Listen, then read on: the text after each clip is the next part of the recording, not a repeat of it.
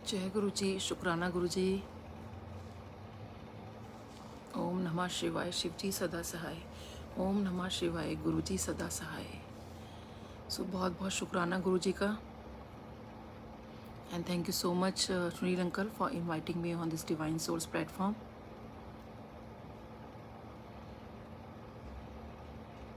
जय गुरु जी एवरीवन।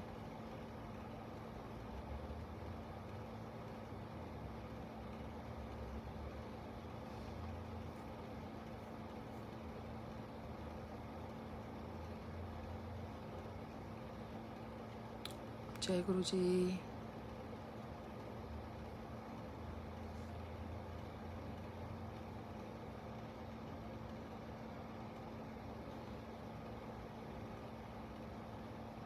जय गुरु जी।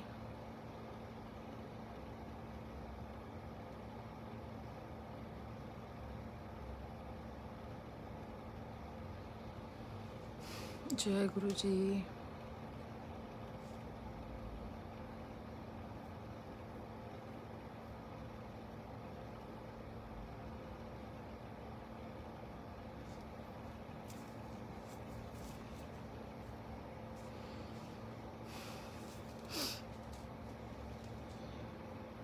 I hope मुझे आप देख पा रहे हैं, सुन पा रहे हैं।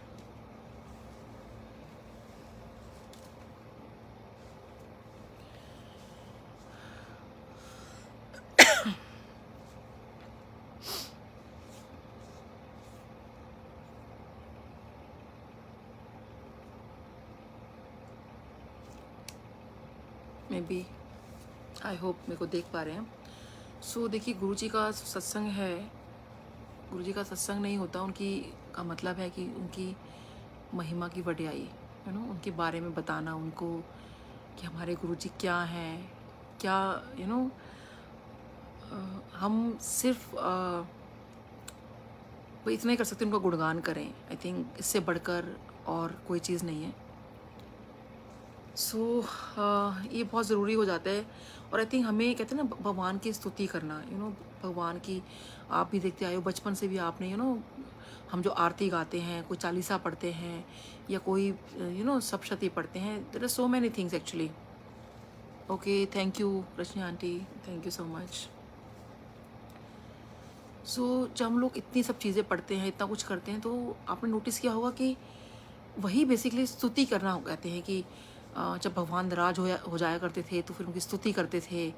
और फिर भगवान खुश हो जाया करते थे, तो उनकी स्तुति, ये सत्संग ही है जो बेसिकली उनका स्तुति है।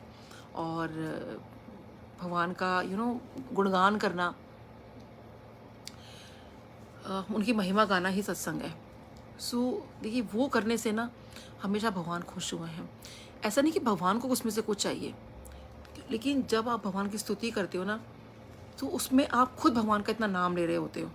तो कहीं वो जो आपकी चीज़ें, जो नेगेटिव चीज़ें जा रही होती हैं, वो कहीं ना कहीं ठीक होनी शुरू हो जाती हैं, वो पॉजिटिव होनी शुरू हो जाती हैं। सो इसीलिए कि भगवान का नाम लेना बहुत ज़रूरी है। देखिए, गुरबाणी की व्याख्या में अभी किसी प्लेटफॉर्म पे मैं कुछ व्याख्या कर रही थी, और जितनी भी व्याख्या अभी गुरबाणी के अंदर हुई हैं, बस उसमें देखिए बार बार एक ही चीज़ आई है। देखिए, गुरु जी कहते थे गुरबाणी सुनो, गुरबाणी सुनो। क्यों कहते थे? क्योंकि उसमें आपके सारे आंसर्स हैं, और उन गुरबाणी के अंदर बार बार एक चीज़ इतनी ज़्यादा आती है, हर थोड़ी देर में वही चीज़ आ रही है कि उस प्रभु का नाम जप लो, उनका सिमरन कर लो, वो आपको भव सागर से पार ले जाएंगे। तो संगत जी, भव सागर से पार करने का मतलब ये नहीं होता कि ये जो हमारी ज़िंदगी है, जो इस हम ज़िंदगी में आए हैं, हमें खाली इससे पार लगाना है। भव सागर का मतलब होता है कि जो दुनिया में आवागमन है, ये हमारा कहीं ख़त्म हो जाए। ये हमारा जो है वो जो सचखंड है, बस वो फिर हम लोग वहाँ चले जाएं। सो वो कहते हैं भव सागर से पार होना। सो उसके लिए हमें क्या करना है? देखिए, वही है कि गुरुजी से direct connection, which is very important actually. आप उनके ऊपर सब कुछ छोड़ दो। गुरुजी से वो डायरेक्ट कनेक्शन ही है जो आपको हर चीज़ से निकालेगा, हर विपदा से निकालेगा, हर चीज़ से निकालेगा आपको। बहुत हमारी ज़िंदगी के अंदर ऐसी चीज़ें हो जाती हैं। मैंने देखी मैंने अपने पेशेंट्स के साथ, अपने फ्रेंड सर्कल में, अपने आसपास के लोगों के साथ बहुत सारी चीज़ें होती देखी हैं, और उनका सिर्फ यही चीज़ होती है उस वक्त के कि ये ऐसे कैसे हो गया। तो संगत जी, होता है लाइफ के अंदर बहुत सारी चीज़ें ऐसी होती हैं कि जो हमारे बस में नहीं होती। और बट जब आप उन पे छोड़ देते हो सब कुछ, सो वो चीज़ें इतने आराम से होने लग जाती हैं, इतने प्यार से होने लग जाती हैं कि आपको लगता है कि अरे ये कब कैसे हो गया। सो अब ऐसे ही मैं आपको बताऊं, एक बार मेरी एक पेशेंट, उनकी बेटी को किडनी की प्रॉब्लम हो गई। सो मेरे को बस दिमाग में बस ये था कि गुरुजी ने मुझे कहा था कि तू अपनी सहेलियों को और अपने पेशेंट्स को लेकर आना। तो बस मेरे दिमाग में ये था कि मैं गुरुजी के मंदिर उनको लेके जाती हूँ, तो मैं उनको, वो आई तो ट्रीटमेंट के लिए थी, बट उनकी जब बेटी की मैंने हालत देखी तो मुझे लगा कि नहीं, गुरुजी ने बोला था कि अपने पेशेंट्स को लेकर आना। सो मैं उनको एम्पायर स्टेट लेके चली गई। तो और संगत जी वही हुआ कि देखो, उसके बाद उनकी बेटी का जो ट्रीटमेंट डायग्नोज नहीं हो पा रहा था, या जो जो प्रॉब्लम आती सारी ठीक होती चली गई। टाइम तो लगा, बट वो सब चीज़ें ठीक हो गई और वो बच्ची आज ठीक है। सो ऐसे देखिए गुरुजी हमारे करते हैं, क्योंकि उनके दर पे जो पहुंच जाता है, और स्पेशली जो उन्होंने बुलाया, उन्होंने कहा कि अपनी सहेलियों को और अपने पेशेंट्स को लेकर आना। तो देखिए जो उनके दर पे पहुंच जाते हैं, जिनको वो बुला रहे हैं, और आपने सुना भी होगा गुरुजी बहुत लोगों को कहते थे संगत लेकर आओ। किसी एक को कहा कि ट्रक भर के लेकर आओ, किसी को कहा जहाज भर के लेकर आओ, किसी को कहा कि बस भर के लेकर आओ। सो गुरुजी चाहते थे कि जितनी ज़्यादा उस टाइम ब्लेसिंग्स हो जाए, जितनी लोगों को ब्लेसिंग्स मिल जाएं, वो बहुत इंपॉर्टेंट है। हालांकि गुरुजी आज भी ब्लेसिंग्स दे रहे हैं, सबको बहुत बहुत ब्लेस कर रहे हैं गुरुजी। बट उस टाइम क्या था, तब तो गुरुजी सोचिए कितनी संगत अब मेरे से कहती भी है जब मेरे को, अरे आपने हमें बताया नहीं। हमने बताया तो मैंने काफ़ी लोगों को था, लेकिन कई लोग सिर्फ सुनते रहते थे, जा नहीं पाते थे। तो आज उनको बहुत दुख होता है कि मतलब तब से गुरुजी को वो जानते थे और क्यों नहीं जा पाए। बट ठीक है, इसमें भी रिग्रेट करने की जरूरत नहीं है। गुरुजी ने जिसको बुलाना था, कहते हैं ना कि मंदिर जाने का या भगवान के पास उनके दर पे पहुंचने का अपना हर किसी का बुलावा होता है। कहते हैं ना, मंदिर में तभी जा सकते हो जब आपका बुलावा होता है। तो वही चीज़ है, गुरु के दर पे भी आप तभी जा सकते हो जब आपका बुलावा है। मैं भी कई बार सोचती हूँ कि गुरुजी देखो कब से थे, है ना, और उस जो महरौली रोड है, हम तो वहाँ से कितनी बार निकलते थे, लेकिन हम कभी वहाँ गए नहीं। बट जब मेरे हस्बैंड का मेरा झगड़ा हो गया, और जब मैं घर से निकल गई और गुरुजी के दर पे पहुंची मैं, सो कैसे तब गुरुजी ने अपने आप से जोड़ लिया। तो ऐसे फिर हम लोग खैर गुरुजी के पास जाते रहे, और गुरुजी की तो खैर बहुत बहुत कृपाएं हैं, बहुत ज़्यादा कृपाएं हैं। काफ़ी कुछ तो मैंने ऑलरेडी शेयर कर दिया है। सो अब देखो गुरुजी का मैं बताती हूँ कि एक बार हम लोग अभी रिसेंटली का मैं बताती हूँ, नॉट रिसेंट, अभी कुछ टाइम हो गया। मेरी एक पेशेंट है, तो उनका ट्रीटमेंट, उनकी डॉटर का ट्रीटमेंट चल रहा था मेरे पास से। सो जब चल रहा था तो हम लोगों का ना प्रोग्राम ये बना कि हम लोगों को लंदन जाना है। सो जब लंदन जाने का प्रोग्राम बना तो हमारा वीज़ा लगना बड़ा मुश्किल था, स्पेशली मेरा, क्योंकि 15 दिन का टाइम चाहिए होता है वीज़ा लगने में। और हमारा ये था कि हम लोग पुरी चले गए थे। सो वहाँ से तो हम लोग जब आए हैं तो 15 दिन का टाइम भी रह गया था, और आई थिंक 30th को तो हमें शायद निकलना था, 30 तारीख को, और 15 तारीख को वापस आ रहे, तो 15 दिन में कैसे लग जाएगा। सो खैर एनीवे हमने प्रोसेस स्टार्ट किया, और क्योंकि जब हम लोग पुरी में थे तभी ये फाइनल हुआ कि हाँ, हम हस्बैंड का जो ट्रेनिंग प्रोग्राम है वो फाइनल हो गया गवर्नमेंट की तरफ से। सो हम यहाँ पर आए तो उन्होंने कहा कि सारा प्रोसेस होने के बाद तो खैर टाइम ही नहीं बचा था, हफ्ता भर बचा था बस। सो हम लोग जब सारा प्रोसेस करवा रहे थे तो उन्होंने कहा कि 15 दिन के बाद आना, आपका वीज़ा लग जाएगा। तो हमने कहा हमारे पास तो खाली हफ्ता बचा है, 15 दिन तो हमारे पास है भी नहीं। सो उन्होंने कहा नहीं, ये तो पॉसिबल नहीं है कि आपका जो वीज़ा है वो 15 दिन के बाद ही आपका लगता है नॉर्मल, तो आपको और सबको पता है कि इतना टाइम तो सब लगता ही है। सो अब मेरे मन में ना बड़ा अंदर से वो हो रहा था कि देखो, क्योंकि जाने का बहुत मन था मेरा। और जय गुरु जी कंचन आंटी, और हैप्पी बर्थडे आपकी डॉटर के लिए, और जिनका भी आज जन्मदिन है सबको हैप्पी बर्थडे, गुरु जी बहुत बहुत बहुत ब्लेस करें। सो मेरे को ना मन में बस ये था कि गुरुजी, अब गुरुजी से कुछ मांगना भी नहीं है कि गुरुजी वीज़ा लगवा दो, ये सब चीज़ें मैं कभी गुरुजी को ऐसे बोलती नहीं हूँ। बट मन में ये भी है कि चलो अगर गुरुजी ने भेजना होगा, कुछ करना होगा तो डेफिनेटली गुरुजी भेज देंगे, तो कोई बात नहीं, गुरुजी जैसे मर्जी करें।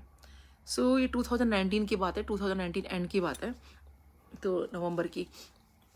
सो हम लोग मैं ना अपने क्लिनिक से आ रही थी।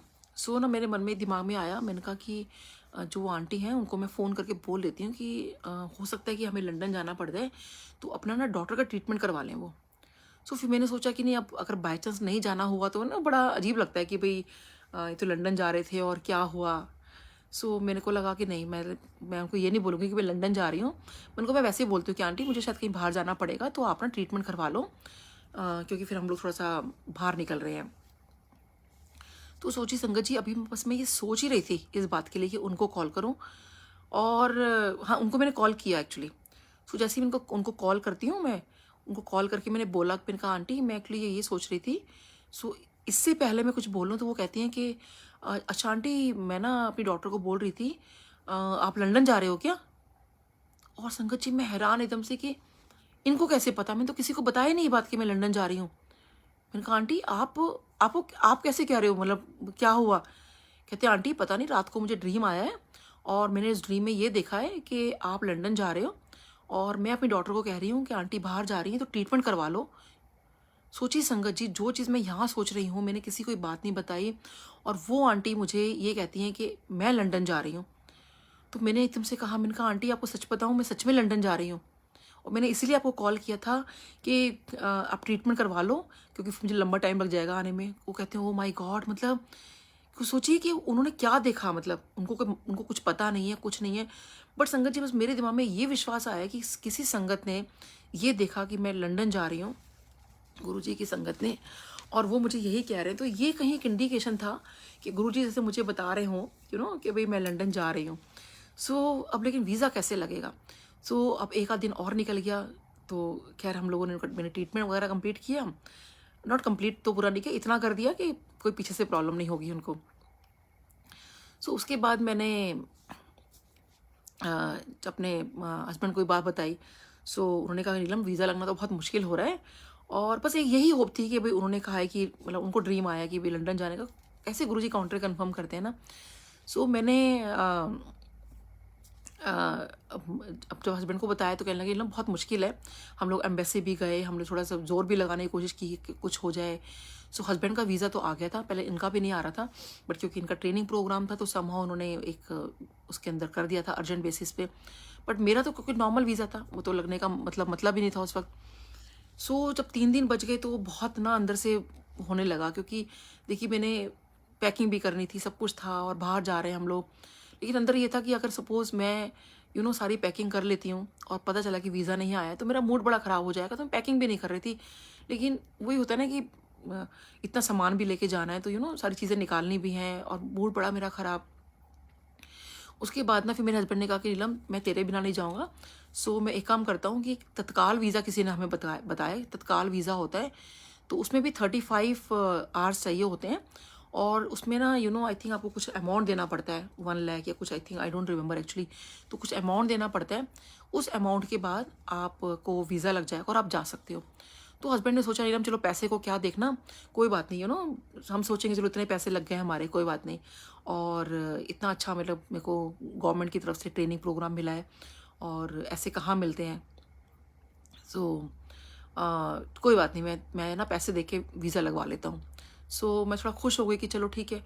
फिर हम लोग जब वहाँ पे गए तो उन्होंने कहा कि sir it is not possible, क्योंकि कल सैटरडे है और उसके बाद संडे है, और संडे नाइट को तो हमें निकलना ही था। ये मैं थर्सडे या फ्राइडे की बात बता रही हूँ आपको, कि अब तो आपके पास 35 आवर्स से भी नहीं बचे, 35 घंटे चाहिए होते हैं तत्काल वीज़ा के लिए भी, तो आपके पास तो 35 घंटे बचे ही नहीं है। तो सोचिए संगत जी, फिर तो मेरा बड़ा मूड ख़राब हुआ। सो मुझे लगा, मैं कहा चलो ठीक है, मे बी उनको ड्रीम आ गया होगा या जो भी था, खैर एनीवे। और बस मुझे मन में थोड़ा सा बहुत था कि मे बी गुरुजी, एक होप थी बस वही कि उनको आंटी को ड्रीम आया कि मैं लंदन जा रही हूँ। सो संगत जी, अब फ्राइडे का दिन भी निकला तो मेरा तब तक मूड ख़राब हो चुका था कि मैं अपने हस्बैंड को कन्विंस करती, मैंने कहा नहीं आप अकेले हो आओ, कोई बात नहीं, मतलब इतना अच्छा ट्रेनिंग प्रोग्राम आपको मिला है, सो आप क्यों नहीं जाओगे। सो बस ये मन में बहुत अंदर से था कि भाई गुरुजी कोई बात नहीं, अंदर से आंसू भी थे, लेकिन मैं गुरुजी से मांगा नहीं कि गुरुजी मुझे जाना है बाहर ऐसे कुछ करके। तो संगत जी, अब देखो ये सब गुरुजी करवा सकते हैं कि संडे को हमें निकलना है, और सैटरडे को हम लोग तो नॉर्मल अपना क्लिनिक जा रही थी मैं तो, और अचानक वहाँ से फ़ोन आ जाता है कि आपका वीज़ा आ गया है। तो संगत जी सोचिए, मतलब मैं हैरान थी कि नॉर्मल वीज़ा जो है, कि तत्काल के लिए हमने पैसे जमा नहीं करवाए, गुरुजी ने पैसे बचा लिए हमारे, और नॉर्मल वीज़ा जो है वो कैसे लग सकता था। सो ये सब गुरुजी करवा सकते हैं, और कैसे किसी और संगत को उन्होंने एक बता दिया, एक काउंटर कंफर्म करा दिया कि मुझे लंदन जाना है, और इस तरह से हम लंदन गए। तो जब लंदन गए ना, तो वहाँ जाके मुझे पता चला कि वहाँ के जब लोग कहने लगे कि भाई आप ना थोड़ा गलत टाइम पर आए हो, आपको आना चाहिए था आफ्टर जनवरी, मतलब नॉट जनवरी, मतलब ये जनवरी के फर्स्ट वीक या सेकेंड वीक में, यानी उसके बाद जब आप आओगे ना, तो यहाँ चीज़ें और भी सस्ती हो जाती हैं, तो आपको बहुत काफ़ी चीज़ें बहुत अच्छी अच्छी मिल जाती हैं यहाँ पर। और तो मुझे ना, मैंने अपने हस्बैंड को बोला, मैंने कहा कि आपको ना यहाँ पे तो मुझे ये पता चला कि आपको लेट आना चाहिए था, आपसे ना गलती हो गई, हम लोग इस मंथ में ना आके ना, दिसंबर के मंथ में ना आके, हमें जो नेक्स्ट जो बैच था वो आई थिंक हमारा पड़ रहा था शायद मार्च या अप्रैल में। तो मैं हस्बैंड को कहने लगी मेरे ख्याल से ना तब से आराम से वीज़ा भी लगवा लेते, इतना भाग दौड़ हुई, इतना टेंशन हुई, जल्दी जल्दी में सामान पैक किया, और हम लोग 2-4 दिन एक्सटेंड भी करते हैं वहाँ पर, सो क्योंकि वो एकदम से सब कुछ हुआ प्रोग्राम जो भी था। तो मैंने कहा कि आपको ना नेक्स्ट मार्च या अप्रैल वाला जो भी बैच था उसमें आपको लेना चाहिए था, ये हमने बहुत जल्दी ले लिया आपने एक्चुअली। सो हस्बैंड कहने लगे कोई बात नहीं, जितना भी हमें टाइम मिला है, वही वो वाली बात है ना संगत जी, जितना भी हमें मिला है भगवान का बहुत शुक्राना है उसके अंदर भी, कि इतना भी वो हमें दे रहे हैं।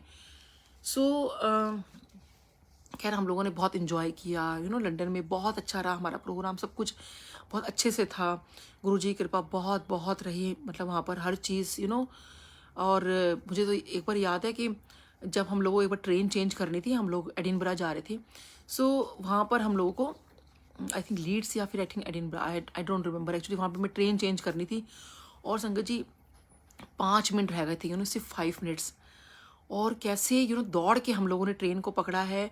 मैं उस टाइम मैंने गुरुजी को याद किया, मैंने कहा गुरुजी बस पता नहीं वो गुरुजी ने टाइम लंबा कर दिया, क्या कर दिया, कि हम लोग पूरा जो हमारी टीम थी, सारे इतने सारे लोग थे, कैसे हम भागते हुए जा रहे थे, और कैसे हम लोगों सब ने ट्रेन पकड़ी, और सब हम लोग ट्रेन के अंदर, मतलब सब आ गए थे सो खैर बाद में जो भी एडजस्टमेंट हुआ बैठने करने का बड़ा मुश्किल था, लेकिन खैर एनीवे फिर हम लोग वहाँ पहुँचे, और बहुत इतना अच्छा वहाँ पे हमें सब कुछ मिला।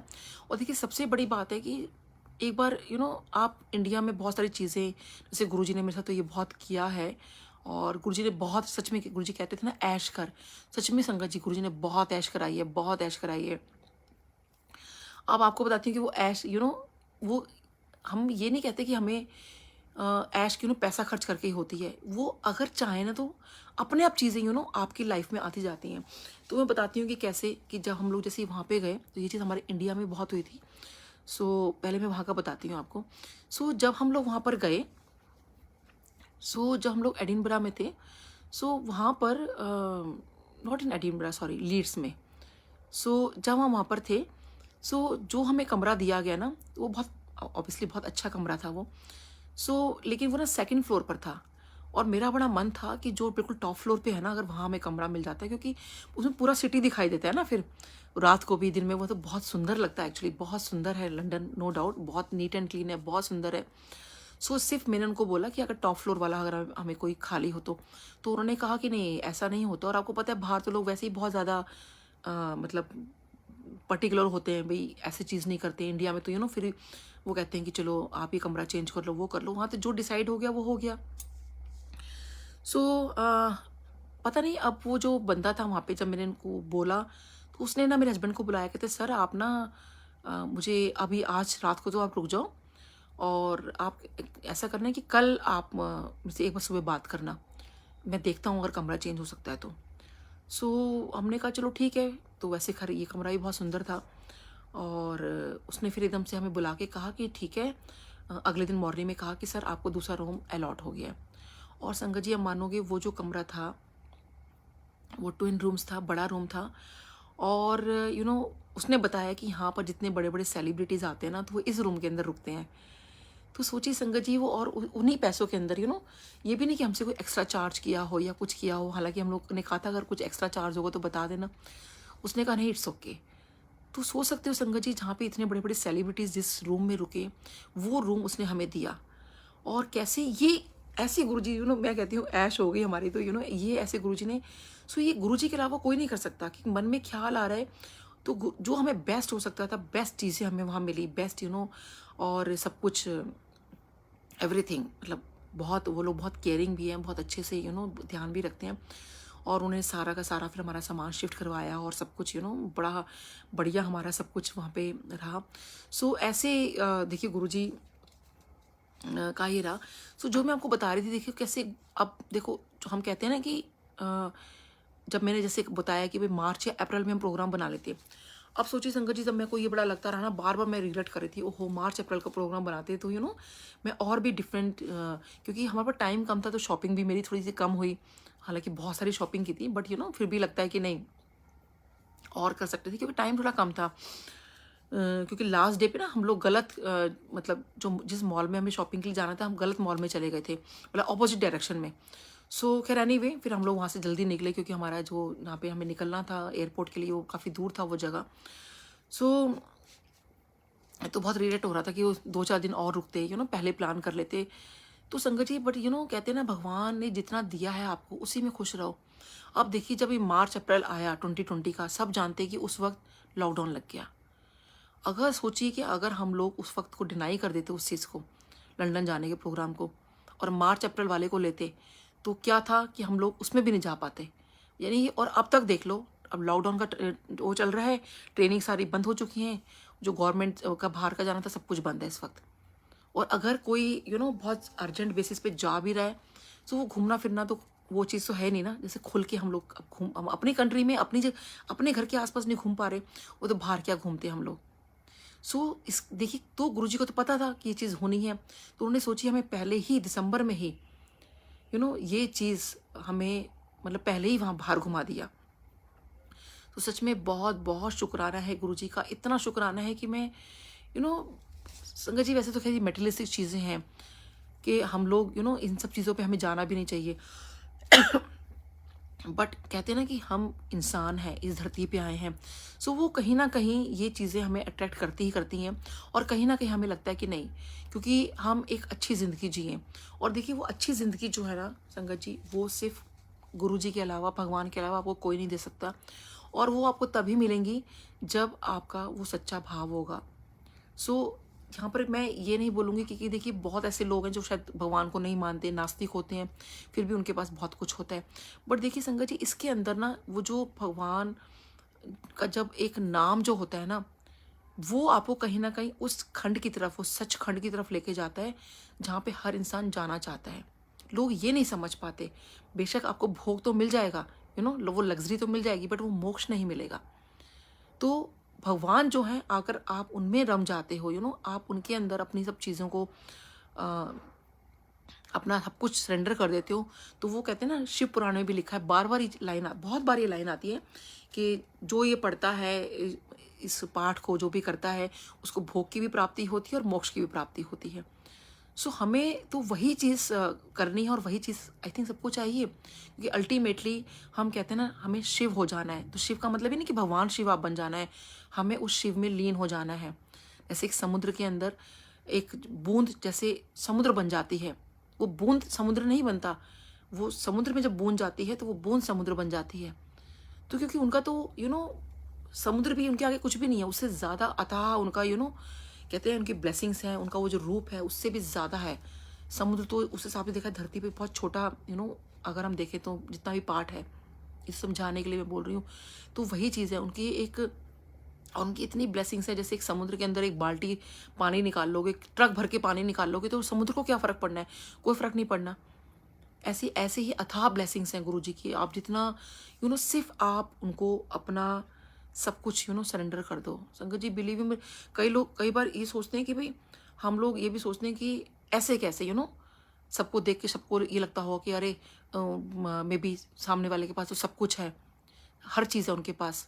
पर संगत जी बिलीव में, हर इंसान बहुत दुखी है। मेरे को भी बहुत सारी चीज़ों में बहुत परेशानी है। मेरे को लाइफ में परेशानी नहीं आई, बहुत परेशानी आई मेरी ज़िंदगी में, बहुत अप एंड डाउन्स रहे, बहुत सारी चीज़ें हुई जो कि मैं सत्संग में काफ़ी शेयर भी करती रहती हूँ। सो ऐसा नहीं है, हर किसी के इंसान की लाइफ के अंदर हर चीज़ होती है, लेकिन एक वो विश्वास आप बना के रखिए कि हमारे गुरु महाराज हमारी सब कुछ चीज़ें ठीक करेंगे। और संगत जी बिलीव मी, वो सब कुछ ठीक करते हैं। बिलीव यू मी, सच में, मतलब मैं ऐसे ही नहीं कह रही हूँ कि सिर्फ ऐसे ही, क्योंकि देखिए गुरु जी का सत्संग है, मैं ऐसे कुछ भी नहीं बोल सकती क्योंकि पता है फिर गुरु जी बैठे हुए हैं। और हमें सिर्फ उनका सिर्फ सत्संग करने का जो हमारा किसी का भी तात्पर्य यही होता है, हम उसमें क्या कर रहे होते हैं कि हम गुरु जी की वडियाई कर रहे होते हैं। गुरु जी का कहते हैं, ऐसे कहा जाता है कि गुरु जी की वडियाई करना किसी भी पाठ से बढ़कर है। क्योंकि जब स्तुति होती है, पाठ में भी क्या है, देखिए आज जब आप पाठ करते हो तो क्या है, उसके अंदर वो स्तुति हो रही होती है ना। तो वही स्तुति जब अपने भगवान की करते हो, अपने गुरु की करते हो, और शिव पुराण में भी बार बार कितनी बार आया कि जो गुरु है एक वही आपको सदगति देते हैं, वही सब कुछ आपको शुद्ध बुद्धि देते हैं। और गुरु जी ने देखो कितनी बार कहा कि शिव पुराण पढ़ो।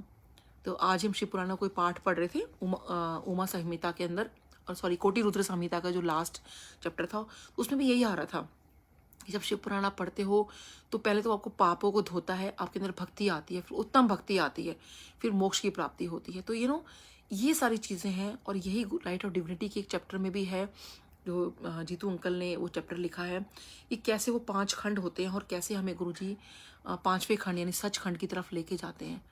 वो पहले हमारी सारी मुसीबतें दूर करते हैं, हमें हर चीज़, हमारा हर छोटी छोटी चीज़ें हैं, हमारे जो पाप हैं, हमारी जो गलतियां हैं, उनको सुधारते हैं, उनको सबको चीज़ें को ठीक करते हैं। उसके बाद फिर वो धीरे धीरे एक एक स्टेप वाइज वो फिर हमें आगे बढ़ाते हैं। और हम जिंदगी में भी तो हमारा यही हाल होता है ना कि हम लोग धीरे धीरे एक स्टेप, एक क्लास नर्सरी क्लास में एक पहले प्री नर्सरी क्लास में जाते हैं, उससे धीरे धीरे बढ़ते हैं आगे। एक स्टेज ऐसी आती है तो हम जब उस पर इतनी मेहनत कर रहे हैं तो हमें अपनी स्पिरिचुअल ग्रोथ पे भी मेहनत करनी चाहिए। स्पिरिचुअल ग्रोथ हमारी यही है कि हम उस गुरु के दर पे बस माथा टेक रहे हैं। ही नोज एवरीथिंग, उनको सब कुछ पता है। अब देखिए गुरुजी का मैं आपको बताती हूँ, जब एक बार गुरुजी के पास हम लोग गए, सो मेरे हस्बैंड की तबीयत बड़ी ख़राब रहने लगी थी, उनके पेट में बड़ा दर्द रहने लगा था। सो हम लोग गुरुजी के पास जब गए तो मैंने अपने हस्बैंड से कहा, मैंने कहा आप एक काम करो, आज ना गुरुजी को बता देना कि आपके बड़ा पेट में बड़ा दर्द है। सो क्योंकि डायग्नोज भी नहीं हो पा रहा था उनका। तो आप गुरुजी के पास गए तो हस्बैंड ने मेरे को यही कहा कि नीलम बहुत अजीब लगेगा गुरुजी से मैं बोलूँगा कि मेरे पेट में दर्द है, और मतलब खुद ही डॉक्टर हैं और मतलब गुरुजी से पूछेंगे कि पेट में दर्द है। सो जब हम लोग माथा टेका तो मैंने अपने हस्बैंड को इशारा किया कि आप बता दो। तो उन्होंने कहा कि गुरुजी मेरे पेट में बड़ा दर्द है। तो गुरुजी कहते हैं, ले खुद के डॉक्टर है, इलाज मेरे से पूछ रहा है। तो देखिए वही हम बाहर बात कर रहे थे कि भाई ये डॉक्टर हैं और इलाज गुरुजी से पूछेंगे, तो गुरुजी ने वही हंसते हुए कहा कि खुद ते डॉक्टर है, इलाज मेरे से पूछ रहा है। सो हम लोग थोड़ा सा इनको बड़ा लगा कि, और मेरी तरफ देखने लगे कि देखा गुरुजी ने फिर वही बात बोल दी ना। फिर भी खैर वो गुरुजी को जब कोई प्रॉब्लम बताई है तो गुरुजी ठीक भी करते हैं। तो गुरुजी को बताने के बाद ये हुआ कि हमें जो डायग्नोज नहीं हो पा रहा था हस्बैंड की प्रॉब्लम, वो डायग्नोज हो गई और उनकी मेडिसिन स्टार्ट हो गई, उनकी प्रॉब्लम ठीक हो गई। सो ये हमारे गुरुजी का ब्लेसिंग्स होती हैं। उनको बस आप आगे माथा टेक के बोल दो। अब हमारा उस टाइम क्या लालच रहता था कि जब हम गुरुजी के आगे बैठे होते थे अंपायर स्टेट में, कि हमारा मन करता था हम गुरुजी को ये वाली बात बता दें। क्योंकि देखिए जैसे घर के हम बड़े लोगों को कुछ बात बताते हैं, कुछ करते हैं, तो ऐसे ही मेरा होता था कि घर में कोई भी चीज़ हो रही है बच्चों को लेके हो रही है, मेरी कोई भी चीज़ हो रही है स्पेशली, तो मुझे खैर बच्चों से ज़्यादा चीज़ें रहती थी, क्योंकि हर मदर को एक चीज़ रहती है कि बच्चे ठीक रहें, या बच्चे के स्कूल में चीज़ें ठीक रहें, या या फिर जो अपने घर के लोग हैं वो सब ठीक रहें। सो ये सब चीज़ें तो मैं गुरुजी से हमेशा, जब भी कोई बात होती थी, मेरे बेटे के स्कूल की कोई बात हो गई, या मेरी सिस्टर इन लॉ की कोई बात हो गई, जो भी था, जैसे सिस्टर इन लॉ के लिए मैंने कहा था गुरुजी उसकी शादी नहीं हो रही है, तो गुरुजी ने फिर कहा था कि हाँ हो जाएगी। तो गुरुजी ने डे 1 ही पहले दिन ही, मतलब मैंने बहुत सारी रिंग्स पहनी हुई थी, तो गुरुजी ने सारी की सारी रिंग्स उतरवा दी थी, ये सारी रिंग्स उतार दो, क्योंकि गुरुजी कहते थे इन स्टोन्स वगैरह में कुछ नहीं रखा।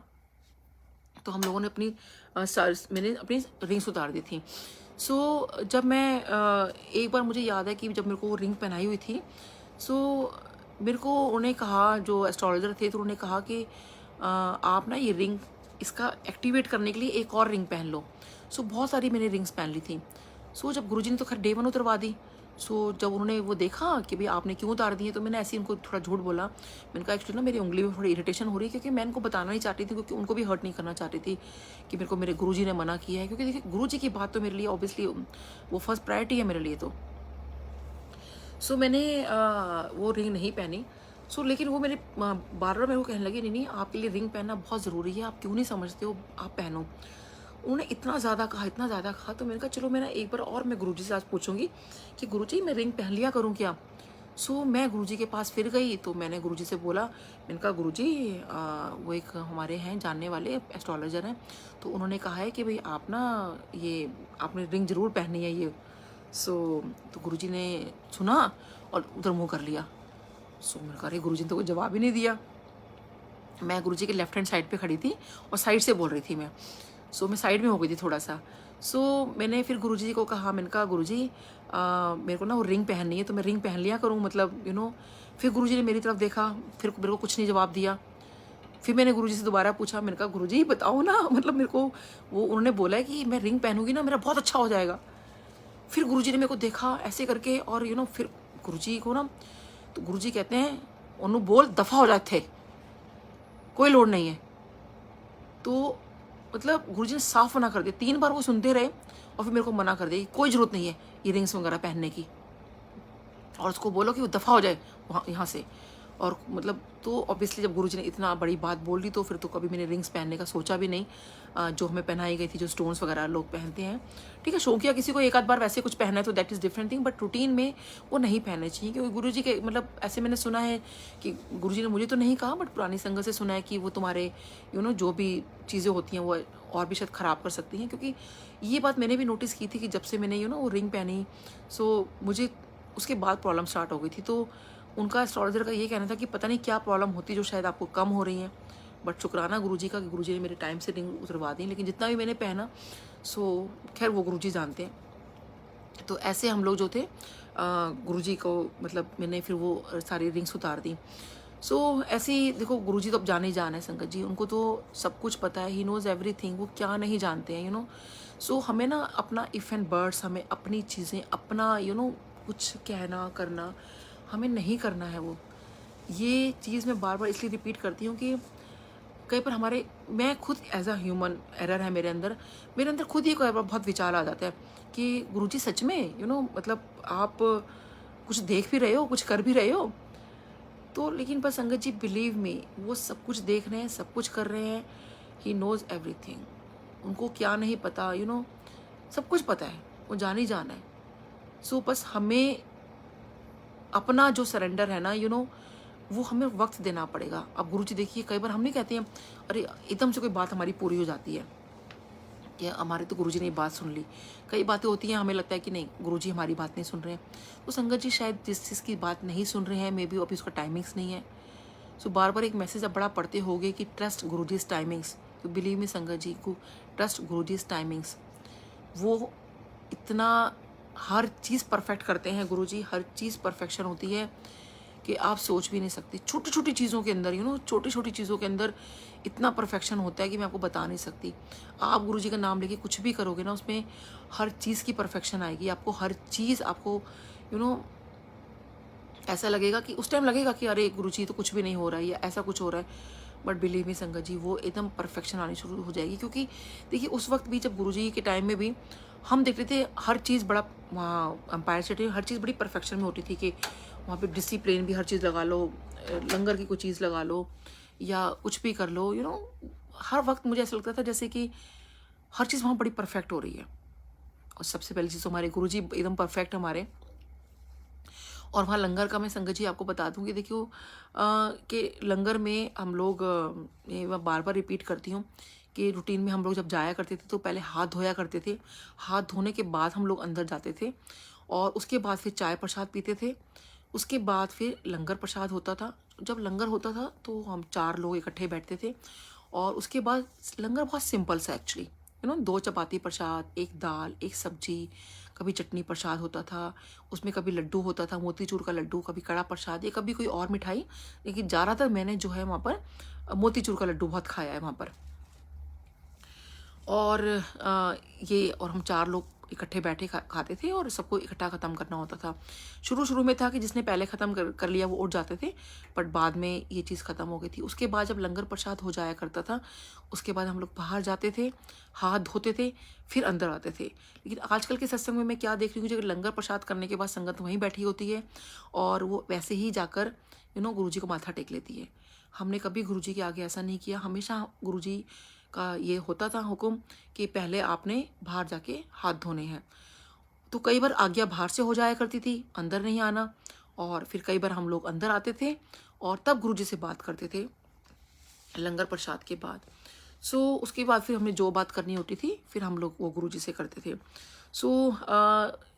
ये चीज़ हम लोगों को एक डिसिप्लिन था। और मोबाइल वगैरह गुरुजी ऑफ करवा देते थे। मैं तो कई बार खैर साइलेंट मोड पे रख देती थी, क्योंकि कई बार मुझे लगता था कि किसी पेशेंट का फ़ोन ना आ जाए तो बहुत सॉरी गुरुजी। बट वही है ना कि धीरे धीरे हम सबको अपनी बातों को समझ में आती है कि हम लोग कुछ गलतियाँ करते हैं कि, और वो भी शायद गुरुजी का यही होता था मकसद कि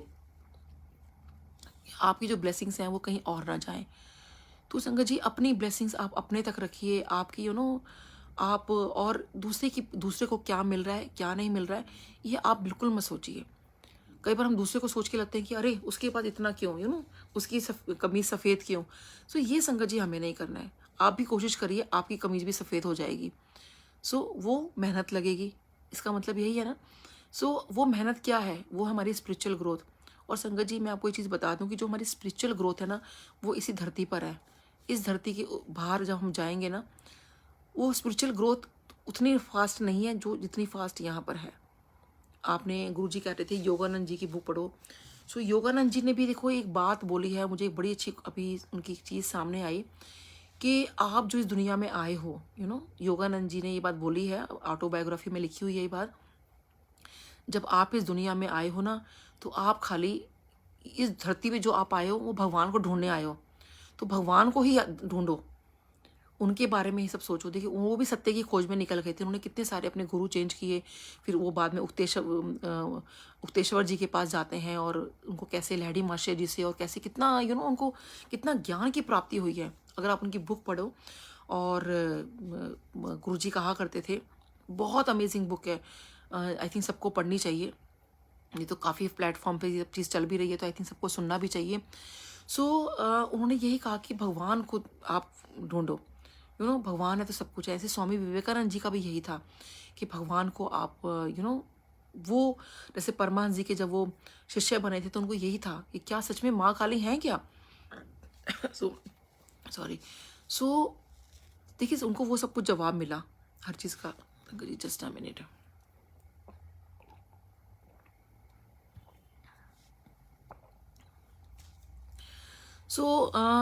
तो वही चीज़ है कि हमें ये जो गुरुजी ने शिव पुराण पढ़ने के लिए बोला, योगानंद जी वाली बुक पढ़ने बोला, ये कहीं ना कहीं गुरुजी हमें जो चीज़ें समझाना चाहते हैं। क्योंकि देखिए हम भी अपने बच्चों को कहते हैं किताब पढ़ लो, तो एक एक चीज़ तो हम नहीं पढ़ा पाते ना। बहुत सारी चीज़ें बच्चों को अपने आप सीखनी होती है। हम एक मैसेज दे देते हैं कि भाई ये चीज़ें पढ़नी है आपने।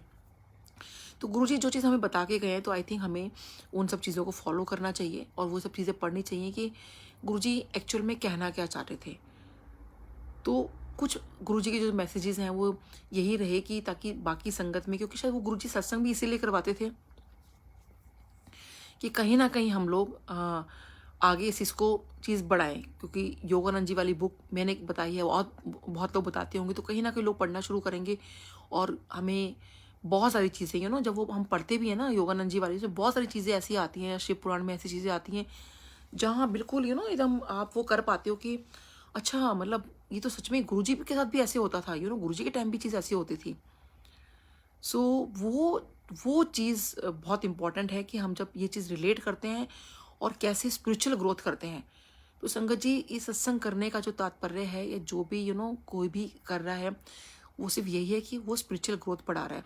लेकिन स्पिरिचुअल ग्रोथ देखिए संगत जी तभी बढ़ सकती है जब वो कोई भी महिमा होती है, कुछ भी होता है, वो बहुत मन से हो। तो हमें बहुत मन से वो चीज़ करनी है। ऐसे ही मैं गुरुजी का एक और आपको हालांकि मैं माफ़ी चाहती हूँ गुरुजी, कई बार मुझे लगता है कि मैं शायद ऐसे तो नहीं कि कुछ प्रवचन बोल रही हूँ या कुछ कर रही हूँ, लेकिन संगत जी लेकिन मुझे लगता है कि शायद ये एक उसमें ना लेके आई थिंक ये चीज़ को मेरे को ऐसे लेना चाहिए कि नहीं, आई थिंक गाइड करने वाली बात हो। क्योंकि जो चीज़ हमने गुरुजी के उससे सुनी है या जो चीज़ें हमें पता है तो आई थिंक संगत को पता होना चाहिए। तो वही मेरा मतलब था। अब देखिए गुरुजी के टाइम में भी ना हम लोग खैर ऐसे तो गुरुजी से हम लोग कुछ संगत ऐसे कुछ हर वक्त तो मांगती नहीं रहते थे। हालांकि बहुत लोगों ने बहुत कुछ मांगा भी है और गुरुजी ने बहुत कुछ दिया भी है, बट मैं तो अपना ही बताती हूँ। मेरा गुरुजी से ऐसा कुछ मांगना नहीं होता था, बट फिर भी हर चीज़ ऐसे गुरुजी को बतानी, सब कुछ करनी, एक एक चीज़ हम लोग बताते थे। सो एक बार क्या हुआ कि मेरे को हमारे ना अपना हमें घर बनाना था। सो अब वही था कि घर कैसे बनाए, अब मन में आया कि भाई बेस्ट है गुरुजी से पूछते हैं कि गुरुजी हमें अपना घर बनाना है तो हम लोग क्या करें। सो हम लोग गए हस्बैंड वाइफ, हम लोग बिल्कुल तैयार मतलब उसमें कि आज हम गुरुजी से पूछेंगे कि गुरुजी हमें घर बनाना है तो कैसे क्या करें। सो हम लोगों ने जैसे ही इकट्ठा माथा टेका, और जैसे ही मैं अभी कुछ and we were just about to say कि गुरुजी, और एकदम गुरुजी कहते हैं नहीं आज कुछ नहीं पूछना। तो हम लोग बड़ा वो हो गए कि गुरुजी को कैसे पता कि आज हम कुछ पूछने आए हैं। हमारे लिए वो बहुत अमेजिंग बात थी, मतलब बहुत हम बहुत उसमें आ गए कि, और सोचती भी रही कि गुरुजी को कैसे पता चल गया कि हाँ, आज हम लोग कुछ पूछने आए हैं। सो गुरुजी ने मना कर दिया कि आज कुछ नहीं पूछना। सो हम लोग चुप हो गए, फिर हम लोग चले गए, बड़ा बहुत मन बनाकर आए थे बहुत और सो खैर हम लोग फिर चले गए, फिर अगले हफ्ते फिर आए हम लोग। फिर हम लोगों ने जैसे ही बोला तो गुरुजी कहते हैं बड़ा पूछती है आंटी, ज़्यादा ना पूछा कर। तो मेरे को बड़ा अजीब लगा, मैंने कहा अरे गुरुजी तो हमेशा मेरे को जो भी पूछती हूँ हमेशा आंसर कर देते हैं। तो मेरे दिमाग में बस ना वही मन में डाउट आया कि लगता है शायद गुरुजी नहीं चाहते कि भाई हम घर बनाएं या ऐसा कुछ हो सो फिर हम बड़ा मन दुखी हुआ मेरा।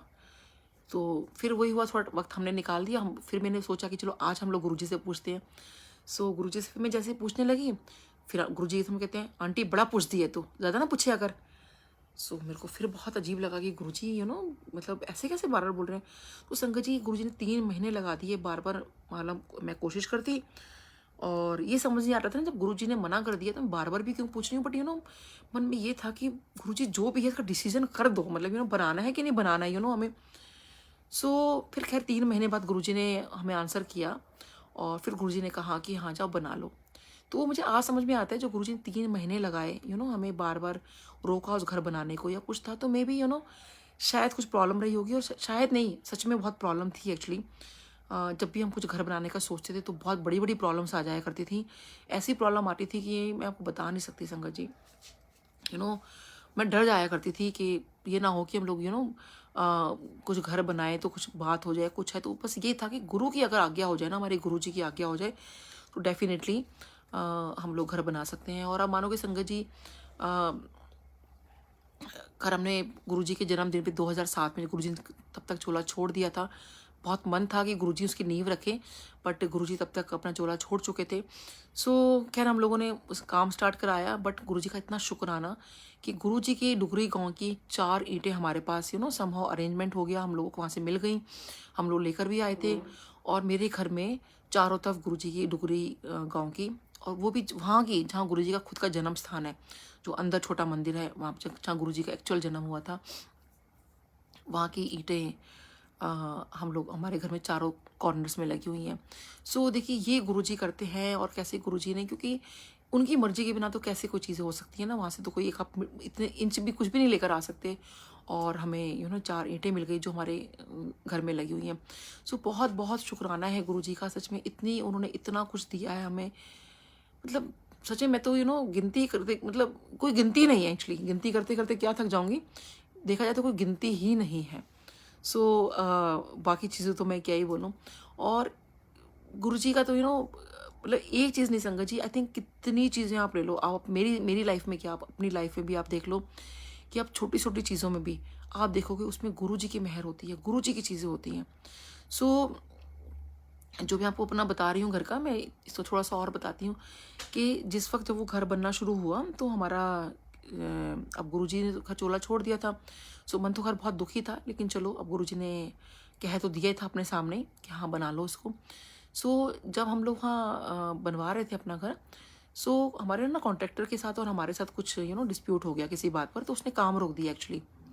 सो हम लोग भी अपना घर आ गए कि ठीक है, मतलब जब डिस्प्यूट वो होगा तब तो देखा जाएगा। तो इस बात को ना 1 हफ्ता निकल गया एक्चुअली।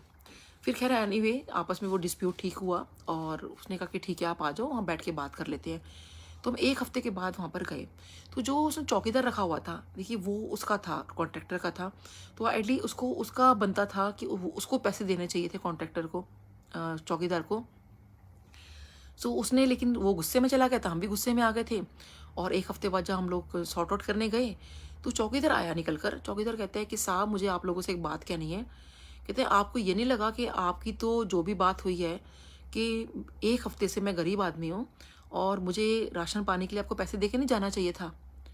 सो हमने कॉन्ट्रैक्टर की तरफ देखा कि भाई पैसे तो आपको देने थे, क्योंकि ये तो आपका चौकीदार है, तो आपने रखा है इसको। तो उसको भी लगा कि हाँ भाई देना तो चाहिए था। सो उसने कहा सर आपने दोनों ने नहीं सोचा मेरे बारे में। और हमने कहा नहीं हमारा तो, क्योंकि हम तो पैसे इसको दे रहे हैं तो ये आपको देगा। सो वो चौकीदार हमें कहता है कि ये तो भला हो उस मतलब उस इंसान का जो मुझे एक हफ्ते के लिए राशन पानी दे के चले गए। सो हम लोगों को बड़ी हैरानी हुई कि एक हफ्ते का राशन पानी किसने दिया।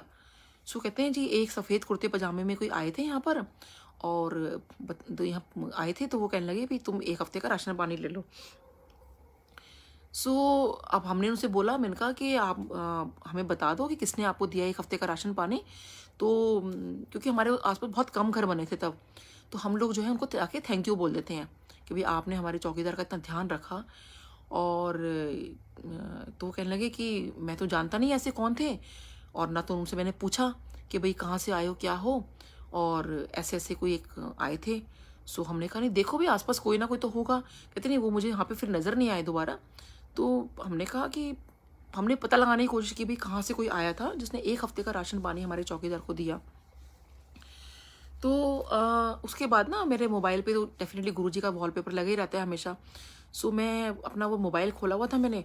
सो एकदम से वो कहते हैं कि मैम ये दिखाना फोटोग्राफ जो आपकी आपने अभी उसमें मोबाइल पे किसकी फ़ोटोग्राफ, ये कौन है ये।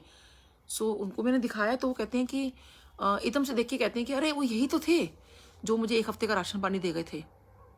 तो सोची संगत जी, मैंने कहा ये मतलब गुरुजी को फोटो स्वरूप को देख के उसने कहा कि यही तो थे जो मुझे एक हफ्ते का राशन पानी दे गए थे। तो संगत जी सोचिए कहाँ मैं सोचती थी कि गुरुजी को अपने घर बुलाऊंगी, जब मेरा घर बनेगा नींव डलवाने पे बुलाऊंगी गुरुजी मेरे। मैं सोच रखा था कि जब भी हमारा घर बनेगा और जब भी घर का कुछ भी होगा तो मैं गुरुजी को, चाहे मैं कुछ भी मेरे को कितनी मिन्नतें करनी पड़े, मैं गुरुजी को बोलूँगी कि गुरुजी आप मेरे घर आओ। सॉरी। तो देखिए कैसे गुरुजी हैं, मतलब उस वक्त चाहे मेरे सामने वैसे नहीं आए, कैसे वो देखिए उस चौकीदार को एक हफ्ते का राशन पानी देकर आए। क्योंकि हमने कोशिश भी की कि शायद वहाँ पे कोई हो, इसको शायद हो सकता है कन्फ्यूजन हो गया कि मे बी कई बार किसी की फैमिलियर शक्ल होती है जैसे गुरुजी से कोई मिलती होगी। तो उसने कहा कि नहीं वो यही थे। और देखिए गुरुजी उस टाइप के तो हमारे वहाँ ब्लॉक में वहाँ पर कोई भी ऐसे नहीं थे। तो गुरुजी उस रूप में आए, उनको उसको राशन पानी दिया। सो और देखिए एक हफ्ते का दे के गए। गुरुजी को तो पता था ना कि एक हफ्ते के बाद ही इनका, क्योंकि तब तो हमें लग रहा था बहुत लंबा डिस्प्यूट हो गया, पता नहीं कब हमारा काम शुरू होगा। बट देखिए एक हफ्ते का उसको राशन पानी दे के जाते हैं और एक हफ्ते बाद ही हमारा सब कुछ ठीक हो जाता है और फिर हमारा काम शुरू हो गया। सो ये सच में बहुत बहुत शुक्राना है गुरुजी का। देखिए वो हर किसी का ध्यान रखते हैं, उनको हर पल हर किसी का ख्याल है। इसलिए हमें ये कभी नहीं सोचना चाहिए कि गुरुजी हमें हमारा कुछ नहीं सोच रहे हैं या गुरुजी हमारी तरफ ध्यान नहीं कर रहे हैं। संगत जी गुरुजी को पूरा पूरा ध्यान है आपके ऊपर, वो सब जानते हैं। कहते हैं ना वो जानी जान है, ही नोज़ एवरीथिंग। सो उन पे आप सब कुछ छोड़ दीजिए, सब कुछ। वो कहते हैं ना कि बिन बोलिया सब कुछ जानदा, तो किसके आगे अरदास करें।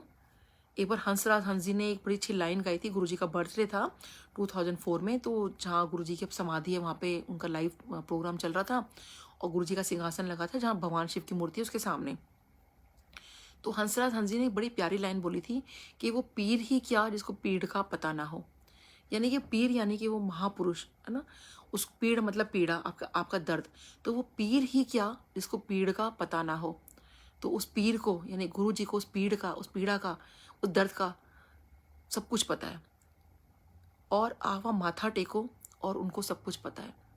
बट वो देखिए माथा, कहते हैं ना जब इंसान बहुत दुखी हो जाता है तो भगवान के दर पे तब मांगने जाता है। कितने बड़े से बड़े नास्तिक लोगों को मैंने देखा है कि जब उन पर मुसीबत आती है उनको कोई दिखाई नहीं देता, उनको सिर्फ वो रब दिखाई देता है जो कभी किसी को दिखाई नहीं देता। उस टाइम हमें वही दिखाई दे रहा होता है। आप खुद अपने अपने साथ लगा के देख लीजिए, ये बात सच कितनी सच है। हम जब कितनी तकलीफ़ में होते हैं ना, हमें कोई लगता है कि हमारे आसपास के लोग, हमारे अपने गुरुजी कितने सत्संग मैंने सुने हैं कि तेरे कौन काम आया, सिर्फ तेरा गुरु काम आया। तो संगत जी बिलीव में, सच में ये बात है कि वही हमारे काम आते हैं और वही हमारे कहते हैं ना पालनहार है, बख्शनहार है, सब कुछ वही है हमारे। सिर्फ उनकी आप बढ़ियाई करते रहो, उनका अपना उसी में मस्त रहो। किसी का ना कुछ सोचो, ना किसी का कुछ बोलो। क्यों निंदा करनी है? गुरुजी भी हमें हमें अपनी ABC बता के गए हैं ना कि हमें किसी को अब्यूज़ नहीं करना, कोई बैक बाइटिंग या हमें किसी को कुछ भी नहीं ऐसा कुछ करना, किसी को कर्स नहीं करना, कुछ भी हमें ऐसी चीज़ें नहीं करनी, किसी को ब्लेम नहीं करना। क्यों? क्यों हमें किसी को सब चीज़ें करनी? तो जो गुरुजी की ABC है वो सब हम याद रखें। और अ, जो टीचिंग्स हैं बेसिकली गुरुजी की, और मैं कहती हूँ कि बस उसी भाव में आप बहते रहो, बस जो गुरुजी ने हमें सिखाई हैं। और आई थिंक हम अगर उसी चीज़ में भी कहते हैं कि आप संगत जी, आप मानोगे कि आप सच में ये चीज़ करके देखना, क्योंकि कई बार लोग मेरे को बोलते हैं कि नहीं, अरे आपके लिए कहना बड़ा आसान है, ये तो आप गुरुजी से मिले हो, आप ज़्यादा आप ब्लेस्ड संगत हो या कुछ हो। संगत जी ऐसी कोई बात नहीं है, हर इंसान ब्लेस्ड है। हर इंसान पर हर संगत पे देखिए, ये तो हम लोग हैं ना जो अब एक संगत को हम कहते हैं कि हम संगत हैं, गुरुजी के साथ जुड़ गए हैं, है ना। बट बिलीव मी संगत जी, जो नॉन संगत है, जो नॉन फॉलोअर हैं, देखिए उनके लिए तो सब बच्चे हैं ना, उनके वो तो उन पे भी भला करते हैं, वो उनको भी सब कुछ हर चीज़ देते हैं। अब मैं आपको एक बार बताऊं कि एक बार क्या हुआ, मेरे हस्बैंड के पास उनका कोई एक क्लास 4 का कोई एम्प्लॉई वो आया। तो किसी ने कहा कि आप सर के पास चले जाओ, उसकी बेटी की शादी थी। तो किसी ने कहा कि वो सबसे ना डॉक्टर के पास जा जाके, मतलब जैसे होता है ना कि भाई एक उसके पास बिल्कुल पैसे नहीं थे अपनी बेटी की शादी करने के लिए। सो किसी ने कहा कि आप इनके पास चले जाओ, डॉक्टर साहब के पास, क्योंकि मेरे हस्बैंड बहुत हेल्प करते हैं, लोगों की बहुत हेल्प करते हैं। सो और वो मतलब किसी को बताते भी नहीं है, वो किसी को भी, और हेल्प करते रहते हैं। तो उनके बारे में ये बड़ा फेमस है कि कोई भी आपका काम नहीं बन रहा है या कोई हेल्प चाहिए तो आप इनके पास चले जाओ। सो उसने भी सुना, तो उन्होंने कहा कि नहीं सर, आपकी ज़रूर मदद करेंगे, आप सर के पास जाओ, वो आपको ज़रूर हेल्प करेंगे। तो जब वो अंदर आया तो वहाँ पे गुरुजी का स्वरूप लगा हुआ था कमरे में। सो मेरे हस्बैंड ने कहा, तो मैं कौन होता हूँ देने वाला, तेरे को अपनी बेटी की शादी करनी है तो इनसे मांग, मतलब गुरुजी के लिए बोला कि तू इनसे मांग, ये सब कुछ देंगे। तो उसको ये लगा कि सर मेरे को टकरा रहे हैं, टरका रहे हैं, सॉरी, टरका रहे हैं कि होता है ना कि भाई भाई भगवान से मांगना है या किसी से मांगना है। अब उनको तो ये भी नहीं पता कि क्या गुरुजी मतलब क्या है। सो उन्होंने कहा कि सर आप जितनी मदद कर सकते हो कर दो। हाँ ठीक है। उन्होंने कहा तू इनसे हाथ जोड़ तो सही, इनसे मांग तो सही तू एक बार। तो उसने जो है बड़ा गुरुजी के आगे शायद अरदास लगाई कि उनकी बेटी की शादी है, और ऐसे संगत जी शायद वो अरदास इतनी सच्ची थी, उनकी इतनी सच्ची थी। सो हस्बैंड ने जबकि यही कहा कि देख जितना मेरे से बन पड़ेगा वो तो मैं जो करूँगा सो करूँगा, देखो बेटी की शादी करनी है ना, अच्छे से करनी है। क्योंकि देखिए संगत जी, हाँ हम लोग कितना कर लेंगे शादी में, तो बहुत कितना खर्चा होता है। सो उसने उसने अरदास लगाई। उसके बाद संगत जी उसकी बेटी की शादी हुई। और संगत जी आप मानोगे, उसने सोचिए वो क्लास 4 एम्प्लॉई जिसके पास पैसे नहीं थे शादी करने के लिए, जो सबसे थोड़ा थोड़ा मांग रहा था कि किसी तरह शादी किस तरह से हो जाए, उसके पास कम से कम नहीं तो 18 लाख इकट्ठा हो गया। उसने अपनी बेटी की शादी में कार भी दी। और वो आया और उसने बताया कि सर पता नहीं, मैं जब से इनके हाथ जोड़ के गया हूँ, ये जो गुरुजी हैं जो आपने बताया था मुझे इनके आगे हाथ जोड़ो। सो उसके गांव के अंदर वो जितने भी लोग थे वहाँ पर, जो जैसे जमींदार होते हैं, जो उनके गांव के जो बड़े बड़े लोग थे, कहीं कहीं से, आप मानोगे उन लोगों ने उस बच्ची के लिए पता नहीं कितना कितना पैसा भेज दिया। उनका अपना पुराना कुछ जम होता है ना कि हम लोग गाँव के अंदर शायद ऐसा होता है ना कि जिसको आप देते करते हो तो वो फिर जब किसी की बेटी की शादी होती तो वो पूरा पूरा करते हैं। तो वो यही था, उसके पास पैसा ऐसा बरसा कि सोचिए उसके पास था कि मुश्किल से शादी हो पा रही है, कहाँ 18 लाख रुपए उस पर इकट्ठे हो गए कि वो गाड़ी भी दे पाया, सोचिए। तो आप सोच सकते हो संगत जी कि वो तो गुरुजी का फॉलोअर नहीं था, वो तो गुरुजी को जानता भी नहीं था। वो तो हस्बैंड ने कहा कि तू माथा टेक उनके आगे, तू उनसे अरदास लगा, मेरे से क्या मांगता है, मैं भी जो मांगता हूँ मैं तो इनसे मांगता हूँ, मैं तेरे को क्या दे सकता हूँ। तो संगत जी सोचिए कैसे, और ये एक ही नहीं, ऐसे कितने इंसिडेंट्स, ऐसी चीज़ें हुई हैं, कितनी चीज़ें ऐसी हुई हैं जो लोग नहीं जानते। मेरे क्लिनिक पर भी लोग आते हैं, कुछ अपनी प्रॉब्लम कहते हैं, तो मैं तो गुरुजी की तरफ इशारा कर देती हूँ कि देखो ये गुरुजी हैं, आप इनसे बोलो। और बिलीव में संगत जी, बहुत लोगों के जो गुरुजी के ऑब्वियसली बहुत सारे लोग अभी भी फॉलोअर्स नहीं है, कुछ भी ऐसी चीज़ होती है आप मानोगे वो गुरुजी को मानना शुरू कर दिया, क्योंकि उनके साथ ऐसी ऐसी चीज़ें हुई कि गुरुजी ने उनको दिखा दिया और गुरुजी करते हैं, बस उनके आप एक कहते हैं ना कि आप, लेकिन उनको आप अरदास तो लगाओ अपनी उनके आगे, तो अरदास लगाना तो बहुत ज़रूरी है ना।